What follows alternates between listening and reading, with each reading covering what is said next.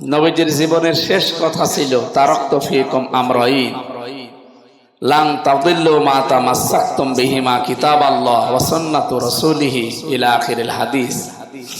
আমি বিদায় নিলাম, আমি চলে গেলাম। দুইটা জিনিস তোমাদের জন্য রেখে গেলাম, একটা আল্লাহর কোরআন, দুই নম্বরে আমার সুন্নাহ। কি বললেন? আল্লাহর কোরআন রাখলাম আর আমার সুন্নাহ রাখলাম, আমার হাদিস রাখলাম। এই কথা কিন্তু উনি বলেন। কথা বুঝতেছে?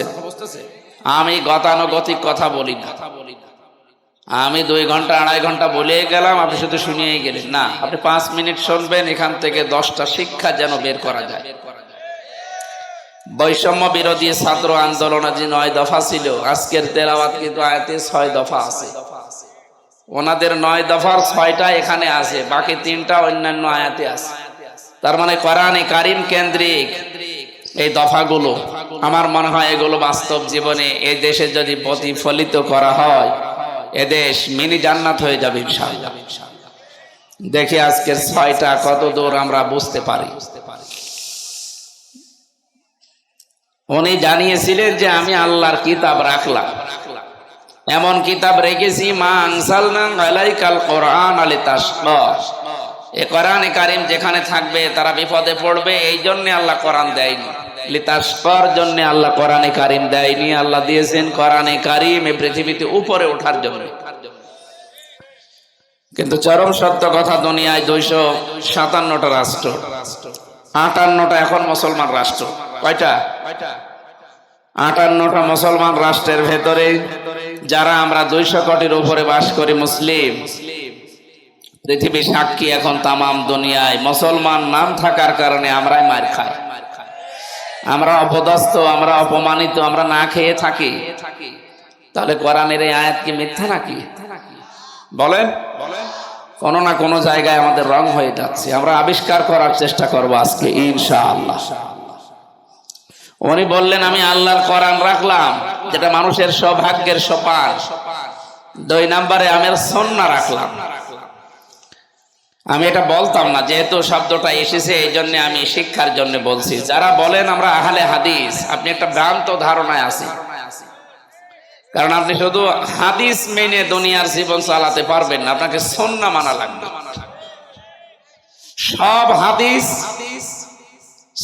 সব হাদিস কি সুন্নাহ, সব সুন্নাহ হাদিস নয়। এখানে বোঝাতে গিয়ে আমরা যদি কেউ বলেন যে আমি শুধু সহিহ হাদিস মেনে চলি, অন্য কিছু মানি না, এ দুনিয়াতে এমন অনেক নিয়ম আছে যেটা শুধু হাদিস মানতে গেলে আপনি শরীয়তের উপরে থাকতে পারবেন। এখন এই যে পড়ে আসলাম, কেউ যদি আগুনে গরম করা জিনিস খায়, পোড়ানো জিনিস খায়, তাহলে তার ওযু করা লাগে। এ কথা কোনোদিন শুনেছেন? শোনেন, আমি বানালাম এটা, মুসলিম শরীফের হাদিস। কেউ যদি আগুনে পোড়ানো কোনো জিনিস খায় তাহলে তার ওযু করা লাগবে, তার ওযু ভেঙে যাবে। অথচ বাস্তবতায় যে কিছুক্ষণ আগে আমি চা খেয়ে আসলাম, চা কি গরম করেছি, পড়িয়েছে কি দিয়েছে? কথা বলে না কেন? আমার কি ওযু নষ্ট হয়ে গেছে? তাহলে আপনি তো বলেন আমি হাদিস ছাড়া কিছু মানি না, আমি আহলে হাদিস। আপনাকে বলা লাগবে আমি আহলে সুন্নাহ ওয়াল জামাত। যদিও শব্দটা চুরি হয়ে গেছে, এখানে আলেম নেই, আলেমদেরকে বলছি এই শব্দটা আজকে বাংলাদেশে কিছু ভণ্ড সুন্নি নাম নিয়ে এরা চুরি করে নিয়ে গেছে আহলে সুন্নাত ওয়াল জামাতটা। সুন্নি দাবি করে আমার তাহেরি ভাই, ও যদি সুন্নি হয় তা আমরা কি? বলেন তো। সুন্নি এই শব্দটা আর সাইড মেরে দিয়েছে না? এই জন্য সুন্নি কি এ শব্দ আমরা অনেকে না বুঝে আন্দাজে ওদেরকে সুন্নি বলে ডাক দেই। সুন্নি হচ্ছে আমরা আহলে সুন্নাত ওয়াল জামাত, বিশ্ব নবীর সুন্নাত যারা মেনে চলে। আপনি আল্লাহকে ভালোবাসেন এই কথা বললেই হবে না, এটার প্রমাণ দেওয়ার জন্য রাসূলুল্লাহকে অনুসরণ করা লাগবে, তার সুন্নাহ মেনে চলা লাগবে। আমার প্রশ্ন এখন, রাসূলুল্লাহকে মানা লাগবে কতখানি মানা লাগবে বলেন? উনি যখন রাসূলুল্লাহ হয়েছেন ওই দিন থেকে ইন্তেকাল পর্যন্ত উনি জন্মের পর থেকে 40 বছর পর্যন্ত পুরা আরব জাহানে কেউ ওনাকে নবী রাসূল বলতো। কি বলতো? মোহাম্মদ বিন আব্দুল্লাহ, আব্দুল্লাহর ছেলে মোহাম্মদ, অথবা আস-সাদিক, আল আমিন, এই সমস্ত নাম দিয়েছি।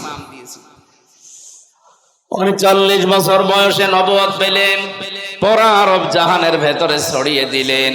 ওলিয়া ইউহান্নাস ইন্নী রাসূলুল্লাহি ইলাইকুম জামিআন।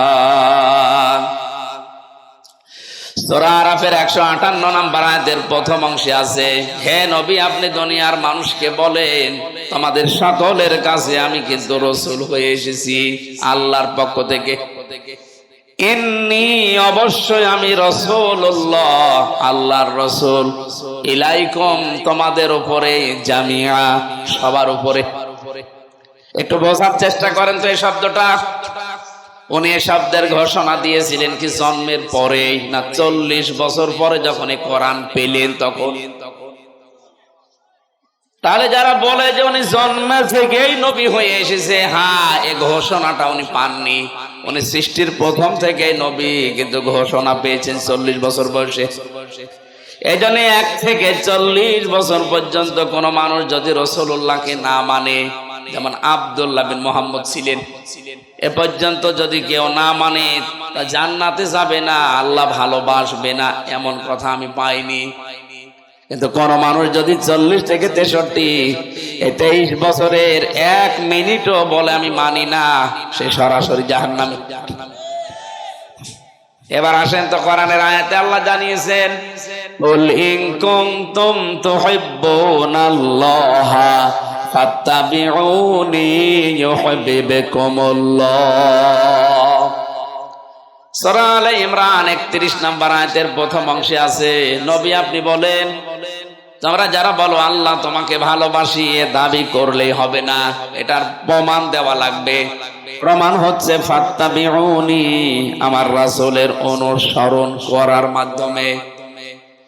এখানে যে তাবাউন শব্দটা দেখলেন, তাবাইন, আল্লাহ কিন্তু হাব্বুন দেননি যে রাসূলুল্লাহকে ভালোবাসো আল্লাহ তোমাদেরকে ভালোবাসবে, মাফ করে জান্নাতে দিয়ে দেবে। আল্লাহ হাব্বুন দেননি, দিয়েছেন তাবাউন। অবিধানবেত্তা যারা এই শব্দের ব্যাখ্যায় লিখেছে, তাবাউন মানে দেখে দেখে চলা। আপনার সামনে একজন মানুষ হাঁটে, কিভাবে পা ফেলে, কত ডিস্টেন্সে পা ফেলে, কোথায় হাত নাড়িয়ে যায়, কোথায় মাখা এদিকে ওদিকে তাকায়, ওইভাবে দেখে দেখে চলার নাম তাবাউন। তাহলে রাসূলুল্লাহকে অনুসরণ করা লাগবে 1 থেকে 40 না 40 থেকে 63? বলেন বলেন। কারণ 1 থেকে 40 বছর পর্যন্ত তিনি নিজে ঘোষণাও দেননি যে আমি নবী, আমি রাসূল। পুরো আরব জাহানে কেউ তাকে নামে ডাকতো না, ডাকা ডাকি আরম্ভ করেছে 40 থেকে। কথা বলেন না কেন? তাহলে ওনাকে অনুসরণ করা লাগবে, অনুকরণ করা লাগবে 40 বছর থেকে। যা করেছেন একেবারে 23 বছরের জিন্দেগিতে, নবুয়তের জিন্দেগি যেটা, আপনি তাই তাই করবেন, একটা কিছু বাদ দিতে পারবেন না। অনেকে তো রাসূলুল্লাহ কোরআনে কারিমে আল্লাহ পাক কিন্তু তার নাম আব্দুল্লাহ বিন মুহাম্মদ বিন আব্দুল্লাহ শব্দ দেননি। পুরা কোরআনে কোন জায়গায় মুহাম্মদ বিন আব্দুল্লাহ আমি পাইনি, পেয়েছি রাসূলুল্লাহ। হ্যাঁ, মুহাম্মদ শব্দ বললেই সঙ্গে সঙ্গে রিসালাতের ঘোষণা দিয়েছেন, মুহাম্মাদুর রাসূলুল্লাহ ওয়া মা মুহাম্মাদুন ইল্লা রাসূল قد خلت من قبله الرسل। এরকম 4 জায়গায় আল্লাহ পাক মুহাম্মদ শব্দটা উচ্চারণ করেছেন কোরআনে, যেখানেই মুহাম্মদ বললেন রিসালাতের ঘোষণা দিয়ে তার সম্মানটা আরো বাড়িয়ে দিলেন। এখানে কথা বলেন কেন?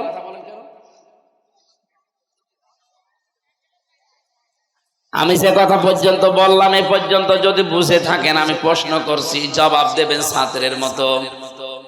উনি রাসূলুল্লাহর ঘোষণা দিয়েছিলেন জন্মের পরে না 40 বছর বয়সে? কারণ 40 বছরের আগে উনি কোরআন পাননি, আর কোরআন না পেলে এই আয়াত উনি পাবেন কোথায়? এজন্য লাকাদ কানা লাকুম ফি রাসূলিল্লাহি উসওয়াতুন হাসানাহ, তোমাদের জন্য মহত্তম আদর্শ আমি লুকিয়ে রেখেছি রাসূলুল্লাহর ভেতরে। আল্লাহ কিন্তু মুহাম্মদ বিন আব্দুল্লাহর ভেতরে বলেননি।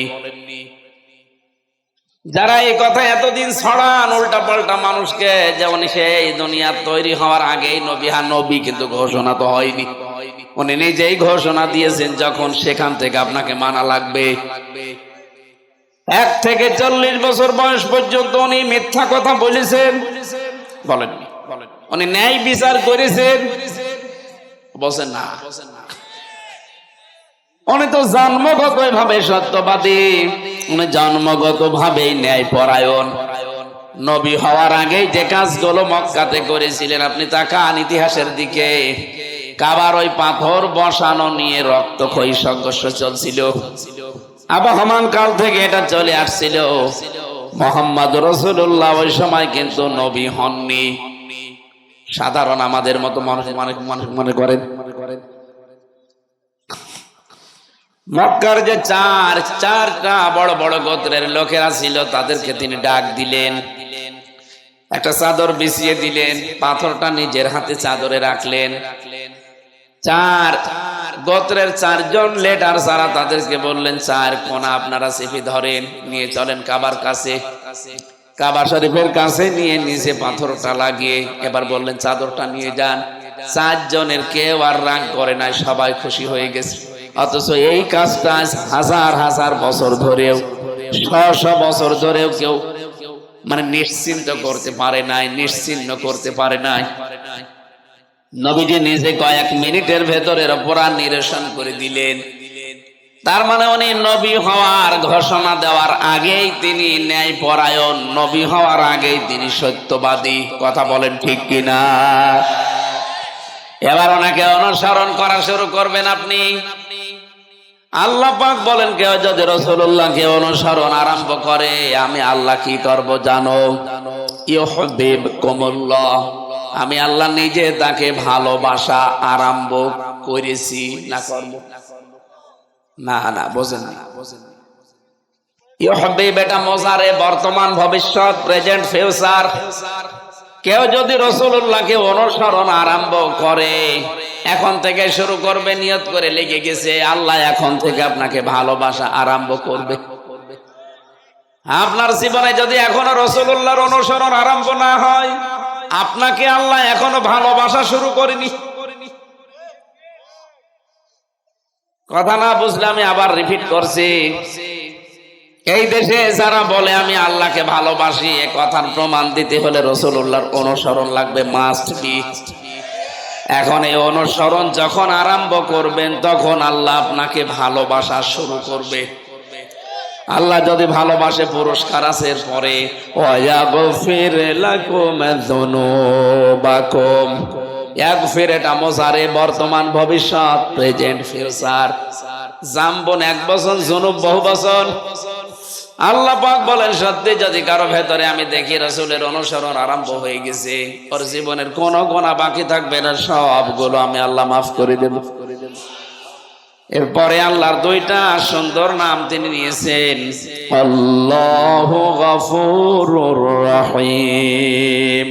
আমি আল্লাহ একদিকে গফুর, আর একদিকে রহিম।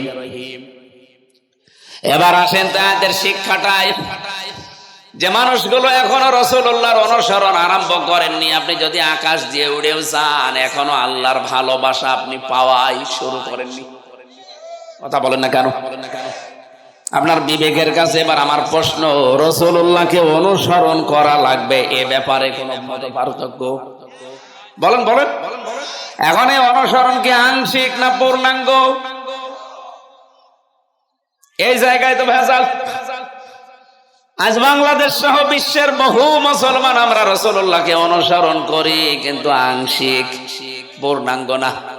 পূর্ণাঙ্গ অনুসরণ যারা করেছিলেন, আপনি তাকান তাদের দিকে। হযরতে আবু বকর রাদিয়াল্লাহু তাআলা আনহু, হযরতে ওমর রাদিয়াল্লাহু তাআলা আনহু, যাদের নাম আমরা জানি যে পূর্ণাঙ্গ অনুসারী তারা ছিল, তারা প্রত্যেকেই দুনিয়া থেকে জান্নাতের গ্যারান্টি পেয়ে গেছে। আপনি কি মনে করেন আশারায়ে মুবাশশারা ওই 10 জন শুধু এই 10 জনই আর জান্নাতি সাহাবী নেই? আল্লাহর নবীর প্রতিটি সাহাবী জান্নাতি, কারণ রাদিয়াল্লাহু আনহুম আছে, এটা হুম জমির বহুবচন। নবীজিকে ঈমান অবস্থায় যারা দেখেছে, ঈমান এনেছে এবং ঈমানের উপরে যাদের মরণ হয়েছে প্রত্যেকেই সাহাবী, আর প্রতিটি সাহাবী জান্নাতি, এ ব্যাপারে কোনো সন্দেহ। আরো জোরে বলেন। বাংলাদেশে আজ কিছু কুচক্রী মহল, এই দেশের সবচাইতে মাজলুম সংগঠন, একামতে দিনের নেতার কর্মীদের উপরে এই দোষটা চাপিয়ে দেয় যে তারা সাহাবী বিদ্বেষী। এটা একটা তহমত। এই মিথ্যা তহমত দিয়ে মানুষের ভেতরে ভ্রান্তি তৈরি করেন, আপনি সাহাবী বিদ্বেষী হয়ে মরবেন। কারণ আমি তো সারা জীবন দেখছি কই তাদের ভেতরে সাহাবী বিদ্বেষের কোনো কিছু পাইনি, আপনি জোর করে চাপিয়ে দেন কোন কারণে? আমি যেটা বিশ্বাস করি না সেটা যদি জোর করে আমার উপরে চাপিয়ে দেন, আমি তো ওটা করি নাই। আপনি জোর করে আমাকে চাপিয়ে জাতির সামনে কালার করতে চান, আল্লাহর কসম আপনি সাহাবী বিদ্বেষী হয়ে তারপরে মরবেন। এই জন্য অবিচারটা বন্ধ করবেন, বিশেষ করে এই তহমতটা। গীবত করায় যেখানে জায়েজ নেই, তহমত করেন কোন কারণে আলেম হয়ে? কথা বলেন না কেন? গীবত করাই তো জায়েজ নেই, যদি ওই দোষ আমার ভেতরে থাকেও তাও আপনি ওই দোষ মানুষকে বলতে পারবেন না। আমার ভেতরে কোনো দোষ থাকলে ওটা যদি মানুষের কাছে বলে বেড়ান, যেটা শুনলে আমি মন খারাপ করতাম, ওইটার নাম গীবত। ওটার নাম কি?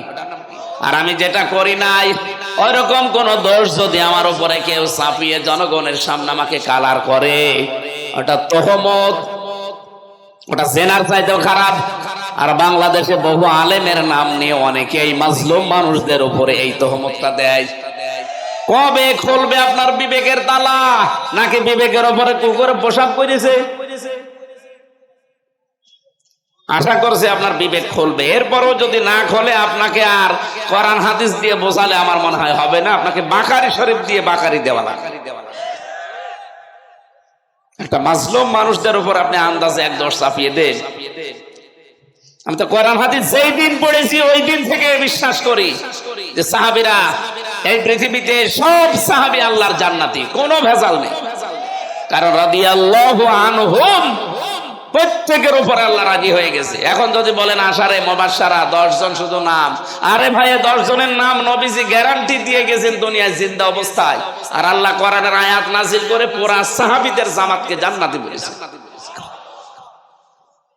কারণ তারা মাপকাঠিতে উত্তীর্ণ হয়ে গেছে। গাইবান্ধাবাসী যে তথ্যটা এখানে নিয়ে এসেছিলাম, বহু মানুষকে আমরা দেখেছি তারা রাসূলের আশপাশে থাকতেন, কিন্তু রাসূলুল্লাহকে তারা অনুসরণ পূর্ণাঙ্গ করেনি, আংশিক করেছে।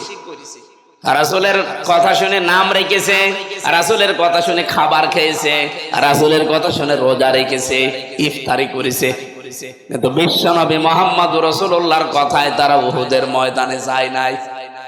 কথা বলেন না কেন? এই পৃথিবীতে আবারও যদি উহুদের ময়দান কায়েম হয়, ওই মানুষগুলো যখনই পাবেন দেখবেন ওরা উহুদের নাম শুনলেই কেমন কসমস করে। না, ওগুলো ফিতনা, ওগুলো দুনিয়ার কাজ, আমরা ওর ভেতরে নেই। বাংলার মানুষেরা বলেন তো, উহুদ কি শেষ হয়ে গেছে? বলেন। সময় যদি আবার আসে উহুদের ময়দানের, আবার ওরকম সময় আসলে হযরতে হানসালার মতো, হযরতে আমির হামজার মতো আবারও ঝাঁপিয়ে পড়া লাগতে পারে। আর আমার তো মনে হচ্ছে বাংলাদেশ এখন ঠিক উহুদের ময়দানে আছে। নবীজি বলেছিলেন উহুদের ময়দানে তোমরা এই জায়গাটা ছাড়বে না। তারা যেহেতু নবীজের এই কথাকে ওভারটেক করে গনিমতের মাল পোড়াতে ব্যস্ত হয়ে গিয়েছিল, খালিদ ইবনে ওলীদ আকস্মিক ভাবে তাদেরকে হামলা করে চোরা গোপ্তা একেবারে কয়েকজনকে লাশ ফেলে দিয়েছিল। এখন যে অবস্থায় আছে আমরা কিন্তু উহুদের ময়দানে আছি। বিজয় হালকা হয়েছে বলে আপনি একেবারে গনিমতের মাল কোড়ানোর মতো চাঁদাবাজি আরম্ভ করেছেন। আজকেও তো গাইবান্ধার সাঘাটাতে চাঁদাবাজি নিয়ে মারামারি চলছে। আমি নাম নিলাম না তাদের, এরা মনে হচ্ছে গনিমতের মাল পেয়েছে। একামতে দিনের একজন ভাই বাধা দিতে গেছে, তারে মেরে মাথা ফাটিয়ে দিয়েছে। আজকে ভিডিও দেখলাম, কি চলছে গাইবান্ধায়। আরে ভাই, এখন থালা হাতে পাননি তাই আপনি এই করেন, থালা হাতে পেলে কি করবেন? দেশটা যখন স্বাধীন হয়েছে, যতটুকুই হোক হয়েছে, সাবধান, এদেশে চাঁদাবাজি যেহেতু ইসলামে নেই, ৯৬% মুসলমানের দেশে চাঁদাবাজি আমরা আমাদের জীবন থাকতে করতে দেব না। কেউ করলে নিজেরা তো জীবনে করবই না, কেউ করলে করতেও দেব না। কারণ সৎ কাজে আদেশ করা যেমন, অসৎ কাজে বাধা দেওয়া যেরকম। আমরা এতদিন এই সৎ কাজে আদেশ, অসৎ কাজে বাধা, এটাকে আমরা অনুরোধ মানিয়ে নিয়েছিলাম। ও বাবা, এটা নামাজ পড়লে হয় না। কিসের নামাজ পড়লে হয় না? ডু ইট, এটা কর, এইটা আল্লাহর হুকুম। নামাজ দিয়েছেন আল্লাহ, রোজে ওখানে তেল মাখাচ্ছে। অবৈধ কাজ নিষিদ্ধ, বাধা দেওয়া লাগবে না। বাবাজি, সাদা চাইতে নেই, সাদা চাইতে নেই মানে ও সাদা তো চাইতে পারবে না, চাইতে আসলে ঠ্যাং ভেঙে দেওয়া লাগবে। সারা দেশে এরকম কড়াকড়ি শুরু হোক, কোন বাবার বেটার সাহস সাদাবাজি করুক। আমিরে জামাত ডাক্তার শফিকুর রহমান তিনি ঘোষণায় দিয়েছে, এদেশে আমরা সাদাবাজি করি না, কাউকে করতেও দেব না। বলে দল করতে হলে এগুলো লাগে কেন? দল একামতে দিন, এরা দল না, আপনার চাইতে এরা নির্যাতিত না। আপনি যদি এই 15.5 বছরে ঘরে থাকতে না পারেন, তারাও তো ঘরে থাকতে পারে নাই। আপনার চাইতে আমার মনে হয় 100 গুণ বেশি ক্ষতি হয়েছে মানুষগুলোর। এত কঠিন পরীক্ষায় তারা যদি চাঁদাবাজি না করে, আপনি কি মহারথী যে আপনার চাঁদাবাজি করা লাগবে? নারায়ণগঞ্জের বন্দরে গত পরশু দিনও ভিডিও ক্লিপ বেরিয়েছে, আপনার জন্য কিন্তু তলা নিতে যাচ্ছে দল। এই যে আপনি সাবধান হন। গাইবান্ধাবাসী আব্দুল্লাহ বিন উবাইয়ের জীবনী পড়ে দেখেছি, ওর জীবনী পুরা রাসূলের সাথে মিল ছিল। শুধু উহুদের ময়দান থেকে 300 সাহাবী নিয়েও ভেগে গিয়েছিল।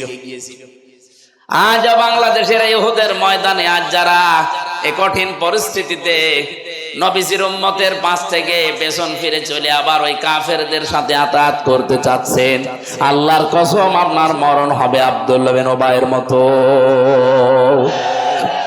কি বোঝাতে চেয়েছে আপনি বুঝে ফেলেছেন। এখন যদি না বোঝার ভান করে থাকেন, এদিকে আসেন, আসেন, আসেন, কানের নিচে 2টা দিয়ে কান গরম করে দিচ্ছে। এখন উহুদের ময়দান পৃথিবীতে শেষ হয়ে যায়নি, বাংলাদেশে এখন উহুদের ময়দান চলছে। নবীজি যেখানে যাকে রেখে দিয়েছেন ওই জায়গায় শক্তভাবে দাঁড়ান। এখনো গনিমতের মাল কোড়ানোর সময় হয়নি।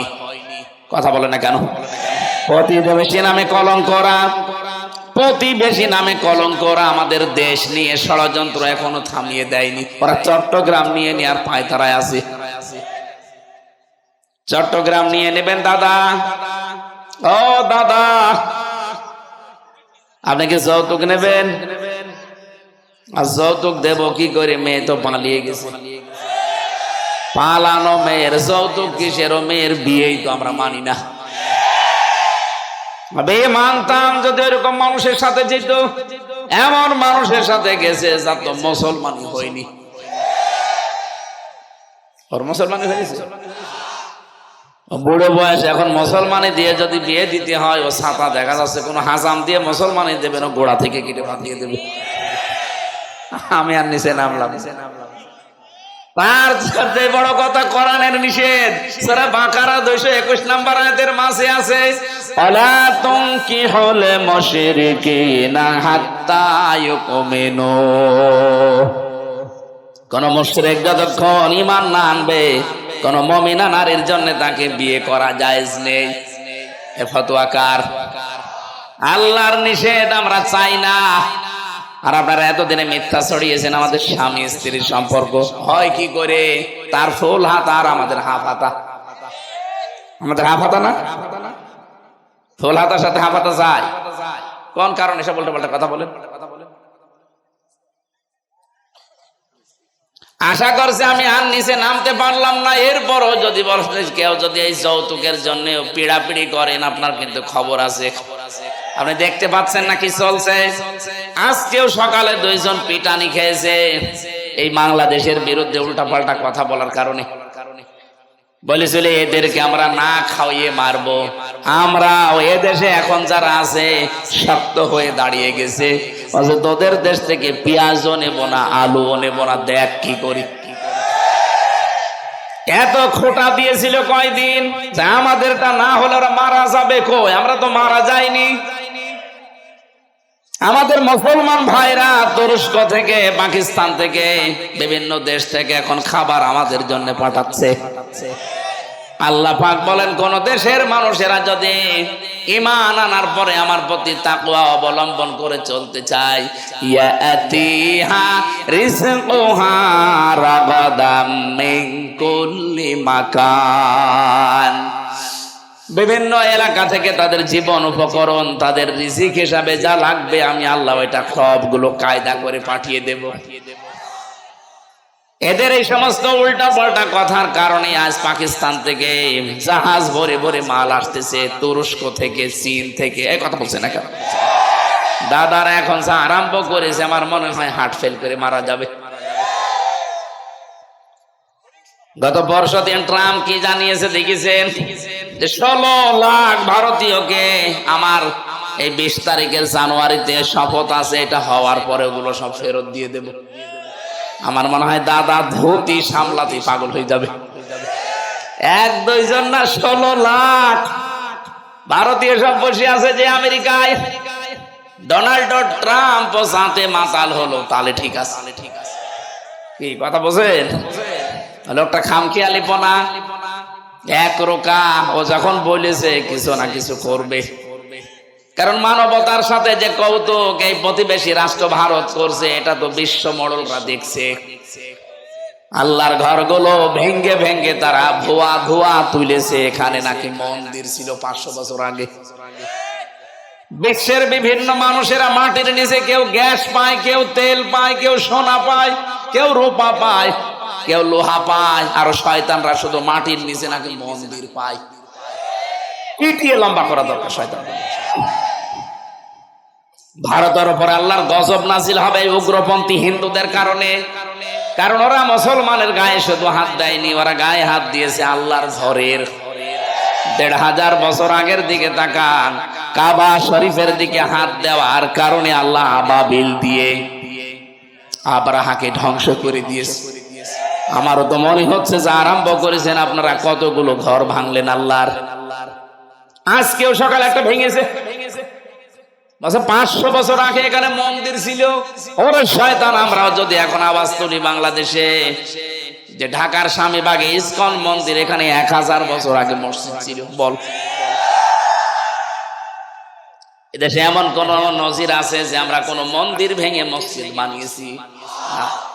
আমরা হিন্দুদেরকে শত্রু মনে করি না, কিন্তু উগ্রপন্থী কিছু আছে, ওগুলো মানুষ না, ওগুলো জানোয়ার। ওদের কারণে সাধারণ হিন্দুরাও ঝামেলায় আছে। গতকালকে পঞ্চগড় থেকে আর মাগুরা থেকে 2 জন গেছে হাতের চিকিৎসা করাতে ভারতে। সাংবাদিক উল্টা পাল্টা প্রশ্ন করে তাকে বিশ্বের মানচিত্রে দেখাচ্ছে যে বাংলাদেশের সংখ্যালঘু নির্যাতন হচ্ছে। তাকে বলতে বলছে, আপনি বলেন যে আমি পালিয়ে এসেছি, আমার দেশে মেয়েদেরকে রেপ করা হচ্ছে, এই জন্য আমার মেয়েদেরকে নিয়ে আমি পালিয়েছি। ওই লোকটা বলছে, না কেন আমি মিথ্যা বলবো, 5 তারিখের পর থেকে আমি সব চাইতে বড় শান্তিতে আছি। আমি এসেছি আমার এই হাতের চিকিৎসা করাতে আমার এই মেয়ের। আর আপনারা কি বলতে চান? এটা রেকর্ড হচ্ছে, এটা ছড়াই দেবেন বিশ্বে। অত পাগল শামসুদ্দিনা, এই যেই বলেছে অত পাগল শামসুদ্দিনা, ও ছাতা দেখা যাচ্ছে উল্টিয়ে গেছে। বিশ্বে এতদিন ওরা ছড়িয়েছে বাংলাদেশের সংখ্যালঘু নির্যাতন হয়। গোবিন্দ পরামানিক গত 3 দিন আগে ভিডিও বার্তা দিয়েছে বাংলাদেশের গোবিন্দ পরামানিক, বলেছে না বাংলাদেশে কোনোদিন সংখ্যালঘু নির্যাতন হয়নি, এদেশে যদি হয়ে থাকে 15.5 বছরে কিছুটা হয়েছে।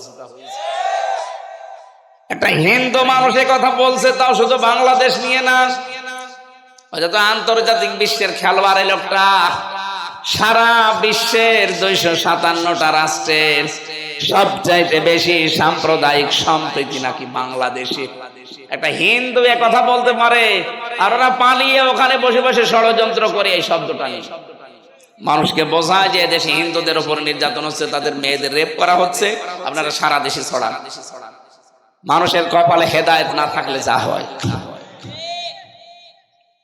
বিশ্বের মডেল গুলো এখন একেবারে গাঁজা খেয়ে বসে নেই, এই কথাগুলো দেখছে, শুনছে, বাস্তবতা উপলব্ধি করে দেখছে না, এ তো পুরা মিথ্যাবাদী। তিনবার নির্বাচনের নামে প্রহসন করে আর এখন বলে যে আমি নির্বাচিত ছিলাম, এটা যেমন মিথ্যা কথা। এতদিন পর্যন্ত বাংলাদেশের বিরুদ্ধে 3.5 মাসে যা বলেছে সব মিথ্যা কথা। বিশ্বের মডেলরা এখন জেনে ফেলেছে না। এই জন্য ডক্টর ইউনূসকে যেই দিন বলেছে যে আমি নির্বাচনের রোড ম্যাপ দিয়ে দিলাম 1 বছরের ভেতরে, সারা বিশ্ব থেকে এখন বলছে ঠিক আছে, এই তো নির্বাচন এবার হলে এইভাবে নির্বাচন দিয়ে দেবে। এতদিন নির্বাচন হয়েছিল না, আমি নিজের ভোট আমি নিজে দিতে পারিনি, যাওয়ার আগে দেখি হয়ে গেছে। চাচা মারা গেছে আজ 8 বছর আগে, চাচি ভোট দিতে গেছে, বলছে চাচি আপনি একসাথে আপনার জামাইকে সাথে করে আসলেন না, একা আসলেন কেন? কিভাবে আসবো?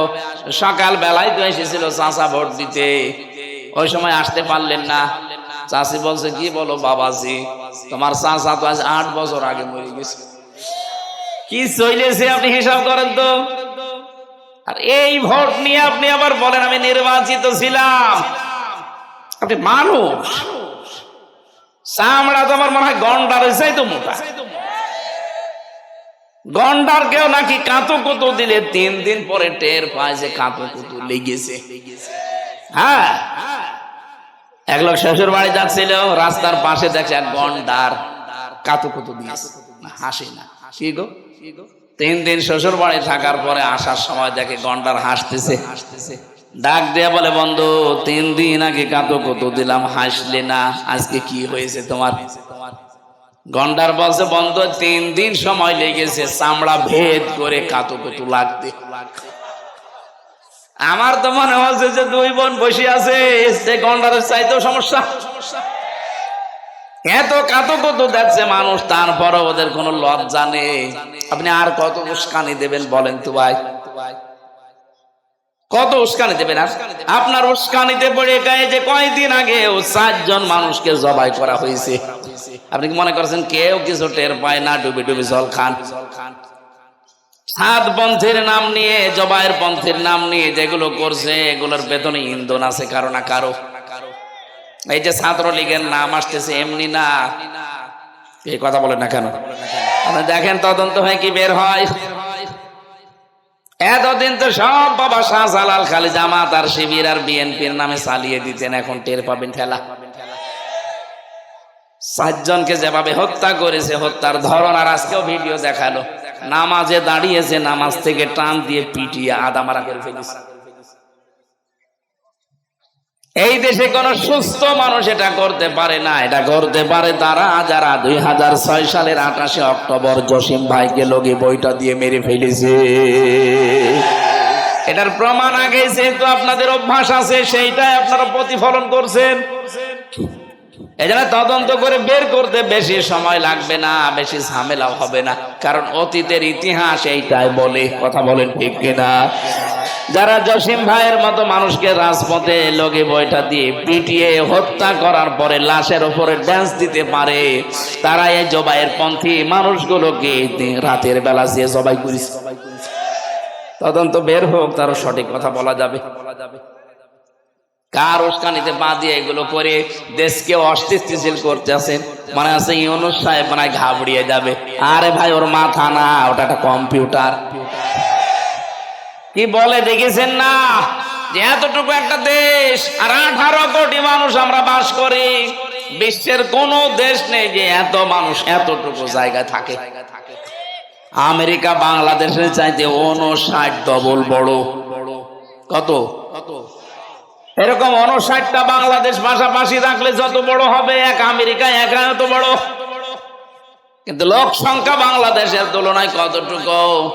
ওদের মনে হয় 20 কিলোমিটার জুড়ে একজন বাস করে, আর আমাদের 20 কিলোতে আমার মনে হয় কমপক্ষে 10 লাখ বাস করে। ইউনূস সাহেব ঘোষণা দিয়েছে, না বিশ্বে আমি চলাফেরা করি, আমি দেখেছি আমাদের 18 কোটি হাতকে আমরা আর ভিক্ষার হাত বানাবো না, আমাদের 18 কোটি হাতকে আমরা কাজের হাত বানাবো। এই জনশক্তিকে, এই জনসংখ্যাকে জনশক্তি রূপে যদি পরিগণিত করতে পারি, বিশ্বের বিভিন্ন দেশ হা করে আছে আমাদের এই দক্ষ শ্রমিক নেওয়ার জন্য। আজকে আকিস গ্রুপের যে হেলিকপ্টার ছিল, পাইলট আমাকে নামিয়ে দিয়েছিল রংপুরে। আসার সময় দেখছিলাম, এই যে সাড়িয়াকান্দি জামালপুরের এই লাইন দিয়ে ঢুকছিলাম, পাইলট আমারে বলছে, হুজুর এই যে ইন্ডাস্ট্রি গুলো দেখতে পাচ্ছেন না, এখন কাজ বন্ধ হয়ে পড়ে আছে। আফসোস লাগে আমার, এই দেশে 15.5 বছরে যত টাকা পাচার হয়েছে, টাকাগুলো পাচার না করে ওই শয়তানরা যদি দেশে কর্মসংস্থান তৈরি করে দিত, হাজার হাজার যুবক যুবতীর বাইরে যাওয়া লাগতো না, এখানে উপায় করতে পারত। কি করলেন আপনি টাকাগুলো? কেউ সাহেব পাড়া বানিয়ে আছেন, কেউ বেগম পাড়া বানিয়ে আছেন। ও ঘরগুলো তো সব এখন তালা মারা, কেউ থাকে না। থাকবে কারা? তারা তো জেলখানায়। ও ঘরে থাকার মতো পরিবেশ নেই, কারণ ও দেশেও মানবতার পক্ষের লোক আছে। আপনি তো টাকা দিয়ে বানিয়েছেন, জনগণের টাকা। সেদিন মালয়েশিয়া দেখি বেগম পাড়া, সাহেব পাড়া। আমার আফসোস হচ্ছিল এই পাইলটের কথা শুনে, আল্লাহ এরা যদি সত্যি এই টাকাগুলো যদি দেশে বড় বড় মিল কারখানা বানিয়ে বিশ্বের যারা মহাজন আছে তাদেরকে ডাক দিয়ে বলতো, আপনারা এখানে ইনভেস্ট করেন, আপনাদেরকে আমরা দেব। এই দেশের একটা যুবককেও বাইরের দেশে গিয়ে কুলি মজুর হওয়া লাগতো না। বাংলাদেশে বসে বসে এক একজনে 1 লাখের উপরে আয় করতে পারছে। নিজেদের পায়ে কোড়াল মারলেন, এদের কপালগুলো নষ্ট করলেন। আপনাকে আল্লাহ মাফ করবে কি দেখে মাফ করবে? আপনি বলেন। আপনি তো মাফ পাওয়ার রাস্তায় নষ্ট করে ফেলেছেন। এক একজনের টাকা মারার যে ফিরিস্তি এখন বের হচ্ছে, 36,000 কোটি টাকা যদি একজনে মারে। গতকালকে শুনলাম ইসলামী ব্যাংক থেকে এস আলম 80,000 কোটি টাকা মারিং কাটিং করছে। আমার তো এর নাম শুনলে মনে হয় ওদেরকে আগে জবাই করি। কি মানুষ বলা যায়? ইসলামপন্থী মানুষগুলো দিল দিল করে ব্যাংকটা দাঁড় করিয়েছিল, আর শয়তানরা মনে হচ্ছে বাবার ব্যাংক পেয়েছে। নিজে একটা ব্যাংক বানিয়ে টাকা মারিং কাটিং করো, লোকের জিনিসের প্রতি এত লোভ কেন? এই চোরগুলোকে আমার মনে হয় সময় এসেছে এখন হাত কেটে দেওয়ার। আগামীতে কোন চোর আর সাহস পাবে না, 10 বার চিন্তা করবে, আল্লাহ ওই দরবেশের মতো আমারও হাত কাটা যাবে। ও বাংলার মুসলমানেরা, উহুদের ময়দানে আছে, খুব সাবধান। নবীজির হুকুমগুলো মেনে মেনে নিয়ে আমরা যদি এখন আস্তে আস্তে এগিয়ে যেতে পারি, সবচেয়ে বড় কাজ এখন আমাদের ঐক্যবদ্ধ থাকা। নাই তো যে ষড়যন্ত্র চলছে মোকাবেলা করা শুধু ওয়াজ নতিয়ত সম্ভব না। সব বাদ দিয়ে দেন, কিছুই যদি না পান, এই যে কথা বলতে পারেন, এইটাই কি কম কিনা? মির্জা আব্বাস বলে নাই কয়েকদিন আগে যে জীবনে কিছুই যদি আর না পায়, কোনো দুঃখ নেই, যে হাসি না নেই, এইটাই শান্তি। সে যদি এ কথা বলতে পারে, তা আপনার কি হয়েছে? আপনি কোন কারণে চাঁদাবাজির নাম দিয়ে বিএনপি কে বদনাম করাচ্ছেন বলেন? আপনার প্রতিষ্ঠাতা যে জিয়াউর রহমান, তার চরিত্র হয়েছিল সে মানুষের উপকার করার জন্য আরাফাতের ময়দানে পর্যন্ত গাছ লাগিয়ে দিয়েছে। লক্ষ লক্ষ হাজী সাহেবরা যায় নিম গাছের নিচে একটু ছায়ায় আশ্রয় নেয়। আরে ভাই, আরাফাতের ময়দানে দোয়া কবুল হওয়ার জায়গা। এক একবার এই যে লক্ষ লক্ষ হাজী এই নিম গাছের নিচে যদি একটু ছায়া নেয় আর মন থেকে যদি বলে, আল্লাহ ছায়ার ব্যবস্থা যে করে দিয়েছে তারে তুমি মাফ করে দিও, আল্লাহ তো তারে মাফ করে দেবে। আপনি কি করলেন তার আদর্শের নাম নিয়ে? আপনি চাঁদাবাজি করেন। আপনি এখন বাজার দখল নিয়ে আনে ব্যস্ত, আপনি এখন ঘাট দখল নিয়ে আনে ব্যস্ত, CNG stand, van stand, bus stand, এগুলো দখল করার জন্য এখনই উঠে পড়ে লেগেছেন। এখনো তো থালা হাতে পাননি। যা করছেন এই দেশের লোক আপনার হাতে থালা মনে হয় দেবেও না। এই কথা বলছেন না, কারণ বিশ্বের দিকে এখন তাকান। আমি তো এটা জরিপ করেছিলাম এর আগে পলাশবাড়িতে, যে 100 জনের মাত্র 15 জন মানুষ আগস্টের 5 তারিখের আগ পর্যন্ত চাইতো যে এই দেশে কোরআন কায়েম হোক। তো এখন 100 জনের 58 জন মানুষ চাচ্ছে আল্লাহর কোরআন দেশে কায়েম হোক। কারণ তারা দেখতে পাচ্ছে যে কোরআনওয়ালা মানুষগুলোর ভেতরে কোনো দুর্নীতি নেই, কোনো জোর নেই। মাওলানা মতিউর রহমান নিজামী আলাইহিস হাসান মুজাহিদ চালিয়েছে 5 বছর, 4 আনা পর্যন্ত দুর্নীতি পাওয়া যায়নি। তো মানুষ এগুলো দেখে না। মানুষ আর আগের মতো পাগল নেই, পাগল ভালো হয়ে গেছে। আপনার কপালে আপনি এখন আগুন লাগাবেন না, নিজেকে সংশোধন করেন। উহুদের ময়দানে এখন টিকে আসি তাই তো কত না, একটু যদি উলট পালট হয় দেখবেন খালিদ বিন ওয়ালিদের মতে আকস্মিক ভাগে এসে একেবারে সবাই করবে। এরকম 60 জন সবাই করেছে, দেখতে পাচ্ছেন না? আজকেও একজনকে পিটিয়ে মেরে ফেলেছে। এ কঠিন অবস্থায় যদি এখনো পর্যন্ত আমরা সংশোধন না হই, আমার মনে হয় যখন এভাবে জবাই শুরু হবে তখন আর উপায় থাকবে না। আমাদের অনুসরণের কথা দিয়ে শুরু করেছিলাম, অনুসরণ শুরু হবে কি রাসূলুল্লাহকে আংশিক না পূর্ণাঙ্গ? আরো জোরে বলেন। আল্লাহ পূর্ণাঙ্গ অনুসরণ যখন আপনি করতে পারবেন, আল্লাহর ওই গ্যারান্টি তখন দেখতে পারবেন যে আল্লাহ আপনাকে ভালোবাসা আরম্ভ করেছে। আর আল্লাহ যদি ভালোবাসে তাকে কয়েকটা জিনিস অলরেডি দিয়ে দেয়। 1 নম্বরে তাকে উত্তম প্রতিবেশী দান করে। আপনি দেখেন তো আপনার আশপাশে প্রতিবেশী যেগুলো, এগুলো কি ভালো? এমন প্রতিবেশী পেয়েছেন একটা মুরগিতে ধান খেলেও ঝগড়া করে। তার মানে আপনি রব্বানা আতিনা ফিদ দুনিয়া হাসানা, দুনিয়ার হাসানা দাও, দুনিয়ার হাসানায় তো উত্তম প্রতিবেশী আপনি পাননি। এ দোয়া আপনার কবুল হয়নি, মাঠে মারা গেছে। উত্তম প্রতিবেশী এটা হচ্ছে দুনিয়ার হাসানা। উত্তম স্ত্রী দুনিয়ার হাসানা। আছে উত্তম স্ত্রী এখন 24 ঘন্টা স্বামীকে সন্দেহ করে, এরকম স্ত্রী বেশি। কথা বলেন না কেন? বিশ্বনবী মুহাম্মদ রাসূলুল্লাহর স্ত্রীর দিকে তাকান, খাদিজাতুল কুবরা, তাকে আল্লাহ নিজে জান্নাতে একটা ঘর বানিয়ে দুনিয়ায় সুসংবাদ পাঠিয়েছেন। জিবরাইল সালাম দেবে আমার নবীকে, আর আসার সময় বলবে আল্লাহ নিজে খাদিজার জন্য আলাদা একটা ঘর বানিয়ে রেখেছে। এই ঘরটা আল্লাহ এই কারণে বানিয়েছে, খাদিজা নামাজ পড়ে, রোজা রাখে, হজ করে, যাকাত দেয়, এই জন্য না। কারণ খাদিজা জীবনে 1 ওয়াক্ত নামাজ পড়েনি, রোজা রাখেনি, হজ করেনি, যাকাতও দেয়নি। কারণ তার ইন্তেকালের পরে এগুলো সব নাজিল হয়েছে। এই কথা বলেন না কেন? আপনি খাদিজার পড়া জীবনী পড়ে দেখেন, কোনদিন তিনি 1 ওয়াক্ত নামাজও পড়তে পারেননি। কারণ নামাজের বিধান ওই সময় নাজিলই হয়নি। তিনি রোজাও রাখেননি, তিনি হজও করেননি। তার ইন্তেকালের 10 বছর পরে হজের বিধান নাজিল হয়। তার মানে তার বয়সে তিনি জীবনে যাকাতও দেননি। এরপরেও আল্লাহ তার জন্য জান্নাতে একটা ঘর আলাদা ভাবে বানিয়ে রাখবে, যে ঘরের ভেতরে কোনো নয়েজ নেই, কোনো আওয়াজ নেই। হযরতে খাদিজা একটা মাত্র কারণে নামাজ না পড়ে, রোজা না রেখে, হজ না করে, যাকাত না দিয়েও জান্নাতে ঘর বানিয়ে ঘর পেয়েছেন। তা নয়েজ মুক্ত, আওয়াজ মুক্ত। কারণ তিনি দুনিয়াতে স্বামীর জন্য ঘরটাকে রেখেছিলেন আওয়াজ মুক্ত। আর আপনি কেমন স্ত্রী, বাইরে থেকে স্বামী আসতে দেরি, ওর মাথা আরো যা ছিল আরো আউলিয়ে দেন। এক কথা বোঝেন? আপনি তো স্বামীর জন্য ঘরটা একটু আওয়াজ মুক্ত, নয়েজ মুক্ত রাখবেন, ও যেন বাইরে থেকে এসে ঘরে একটু শান্তি পায়। এমনও স্বামী এখানে বসে আছে, বাইরে ছিলাম, আমি ভালো ছিলাম, ও ছাতা বাড়িয়ে এসে জাহান্নামে ঢুকলাম। এরকম পরিবার আছে? কার হাত তোলেন তো? না, আছে আছে ভাই, আপনি না বললেও আমি জানি আছে। সম্মানিত মা বোনেরা, আমি হাসির খোরাকি দেয়নি। এখানে 100 জনের 95 স্বামী আমার মনে হয় এরকম আছে।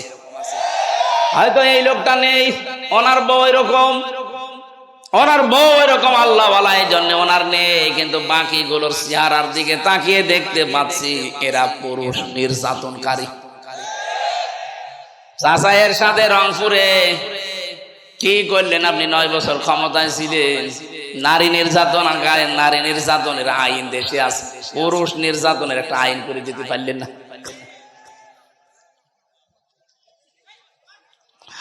রংপুর বিভাগের মানুষেরা ভালো করে মিলান তো, খাদিজাতুল কুবরা রাদিয়াল্লাহু তাআলা আনহা তিনি উত্তম স্ত্রী ছিলেন, তার স্বামীর জন্য জীবনের সব কিছু তিনি বিলিয়ে দিয়েছিলেন। হযরতে খাদিজার জীবনীতে বেশি নবীজি গভীর রজনীতে দাওয়াতি কাজ করে যতবার এসেছেন, যতদিন এসেছেন, কোনদিন খাদিজাকে ঘুমন্ত অবস্থায় পাননি। একবার ডাক দিলে সঙ্গে সঙ্গে দরজা খুলে গেছে। ডাক দিয়ে বলে, খাদিজা, জীবনে যতবার আসলাম, যতদিন আসলাম, একদিনে ঘুমন্ত পেলাম না, কি করো তুমি? খাদিজা বলে, হে রাসূল, আপনি বাইরে থাকলেন তো টেনশনে থাকি, কারণ 24 ঘন্টা আপনার পেছনে শত্রু লেগে আছে। আপনি যতক্ষণ দিনের দাওয়াতি কাজ শেষ করে বাড়িতে না আসেন, আমার যদি ঘুমও লেগে যায়, আমি এই দরজার সাথে হেলান দিয়ে ঘুমাই। আমি জানি স্বামী এসে বারবার ডাকতে থাকবে, আমার স্বামী ক্লান্ত শ্রান্ত পরিশ্রান্ত শরীর নিয়ে দাঁড়াবে, আর আমি আরামের বিছানায় ঘুমিয়ে যদি উঠতে দেরি হয়ে যায়, স্বামীর সাথে বিয়াদবি হয়ে যাবে। এই জন্য ঘুম লাগলেও আমি ঘুমাই, কিন্তু দরজার সাথে বেড লাগিয়ে। আমার মনে হচ্ছে এরকম বউ এখন ঘরে ঘরে একটাও নেই, সারেরটা থাকতে পারে। এমনি তার জন্য আল্লাহ জান্নাতে ঘর বানিয়ে সুসংবাদ দুনিয়ায় পাঠিয়েছেন। এমনি কোন পর্যায়ে ছিলেন তিনি, এটা হচ্ছে দুনিয়ার হাসানা। যারা এরকম বউ পেয়েছেন, মনে করবেন আপনার রব্বানা আতিনা ফিদ দুনিয়া হাসানা এটা কবুল হয়ে গেছে। তাহলে দুনিয়ার হাসানা উত্তম প্রতিবেশী, দুনিয়ার হাসানা উত্তম স্ত্রী নেককার। 3 নম্বরে দুনিয়ার হাসানা হচ্ছে উত্তম বাহন। উত্তম এ বাহনের ভেতরে গাড়ি হতে পারে, মোটরসাইকেল হতে পারে, ঘোড়া হতে পারে, প্রাইভেট হতে পারে, যানবাহন যেটা আছে এটা যদি উত্তম হয়, মন মতো হয়, এইটাই আপনার দুনিয়ার হাসানা। আমরা দেখছি, আমরা দোয়া করলে উপরে উঠছে না, কারণ একটা দোয়া কবুল হলে তো চিহ্ন দেখা যাবে। আমাদের উত্তম প্রতিবেশী দরকার, উত্তম স্ত্রী দরকার। 5 ওয়াক্ত নামাজের পরে মা বাবার যে দোয়াটা আছে মনে মনে হলেও পড়বেন। পাশাপাশি সূরা, এটা সূরা ফুরকানের 74 নম্বর আয়াত, এইটা আমরা মুখস্থ করে নিয়ে পড়বেন পরিবারের জন্য, বিশেষ করে নেককার সন্তান আর নেককার স্ত্রী। রব্বানা হাবলানা মিন আজওয়াজিনা ওয়া যুররিয়াতিনা কুররাতা আ'য়ুনি ওয়াজআলনা লিল মুত্তাকিনা ইমামা। আল্লাহর কাছে আপনি চাচ্ছেন, আল্লাহ আমাকে নেককার স্ত্রী দাও, এমন সন্তান আমাকে তুমি দান করো, এই সন্তানগুলো এমন ভাবে তৈরি করে দাও যে মানুষগুলোকে দেখলে আমার চোখ শীতল হয়ে যায়, আর তুমি আমাকে মুত্তাকি বান্দা বান্দীদের নেতা বানিয়ে দাও। জোরে বলেন আমিন। সম্মানিত মা বোনেরা, আমি খাদিজার জীবনে থেকে হালকা টাচ দিয়েছি, আশা করছি আপনি ওইভাবে গঠন করবেন ইনশাআল্লাহ। তাহলে আমাদের অনুসরণের যে বিষয় এনেছিলাম, আজকে থেকে সিদ্ধান্ত নিয়ে মাঠে নামা লাগবে। এখন থেকে আমি আর আংশিক শুধু দাড়ি রাখা, শুধু জুব্বা গায়ে দিয়া পাগড়ি মাথায় দেওয়া না, আমি নাম রাখা থেকে শুরু করে আন্তর্জাতিক জীবন পর্যন্ত যেখানে যা আছে সব জায়গায় রসুল ছাড়া অন্য কারো অনুসরণ করব না। তাহলে এই আয়াতটা আমার জীবনে আমি পাবো, আল্লাহ আমাকে মাফ করেই শেষ করবেন না, আমাকে ভালোবাসা আরম্ভ করবেন। আর ভালোবাসা আরম্ভ করে শেষ না, আমার জীবনের অপরাধ সব আল্লাহ মাফ করে দেবেন। রাসূলুল্লাহ বিদায় হজে যে কথা জানালেন, এই 2টা মেনে চলার তৌফিক কামনা করে সূরা নাহাল 90 নম্বর আয়াতটা আমরা পড়েছি। রব্বুল আলামিন বলেন, মানুষকে আপনি এগুলো শোনান, যেহেতু বৈষম্য বিরোধী ছাত্র আন্দোলনের 9 দফার 6টা এই আয়াতের ভেতরে আছে। 1 নম্বরে বৈষম্য বিরোধী ছাত্র আন্দোলনে যারা শহীদ হয়েছে, ওরা প্রথম বাক্যেই বলতো উই ওয়ান জাস্টিস। কথা বলছে না, কথা বলছে, এইটাই প্রথম শব্দ। আল্লাহ পাক বলেন ইন্নাল্লাহা ইয়া'মুরু বিল আদলি, অবশ্যই আমি আল্লাহ তোমাদেরকে নির্দেশ করছি তোমরা ন্যায় বিচার কায়েম করবা। কি বিচার? আরো জোরে বলেন। এইটাই তো দেশের যুবক তরুণ ছেলে মেয়েরা চাচ্ছিল যে আমরা ন্যায় বিচার কায়েম করতে চাই। 2 নম্বর হলে হাসান, ওরা বলেছিল আমরা মানবতা দেখতে চাই। এটার বাংলা অর্থ এটা, মানবতা আজ ভুলণ্ঠিত হচ্ছিল। এই বাংলাদেশে আমরা দেখতে পেয়েছি যুদ্ধবন্দী না কারাবন্দীদের সাথে, তাও অবৈধভাবে, কারাবন্দী তাও স্বাভাবিকভাবে না অবৈধভাবে, এদের সাথে যে আচরণ করা হয়েছে 15.5 বছরে, আল্লাহর নবী তার জীবদ্দশায় কোনোদিন যুদ্ধবন্দীদের সাথে এত খারাপ আচরণ করেনি। হযরত সুমামা ইবনে ওয়াসাল রাদিয়াল্লাহু তাআলা আনহু, এই লোকটা একজন লিডার ছিল। তার জীবনীতে পড়তে গিয়ে পেয়েছি সে ছিল যুদ্ধবন্দী। এর সাথে নবীজি যে আচরণ পরপর 3 দিন করলেন, লোকটা মুসলমান হয়ে গেল। আর আপনি কি করলেন মুসলমান দাবি করে? যুদ্ধবন্দী তো আমরা ছিলাম না, আমরা ছিলাম কারাবন্দী, তারপরও অবৈধভাবে। কথা বলেন না কেন? কি করেছেন আপনি আমাদের সাথে? যুদ্ধবন্দীদের সাথে এত খারাপ আচরণ দুনিয়ায় কেউ করে না। বাংলাদেশে 15.5 বছরে কারাবন্দীদের সাথে, বিশেষ করে আলেমদের সাথে যা করা হয়েছে, আয়না ঘরের নামে যাদেরকে রেখেছিলেন অনেকে তাদের নাম পর্যন্ত ভুলে গেছে। স্বাভাবিকভাবে প্রথমে এসে বলতে পারে না যে আমার নাম কি। এই যারা খবিস পাল্টিয়েছে, বাশার আল আসাদ, এই শয়তান যাদেরকে আয়না ঘরে রেখে দিয়েছিল তারা পর্যন্ত সিরিয়াতে তাদের নাম এখন ভুলে গেছে।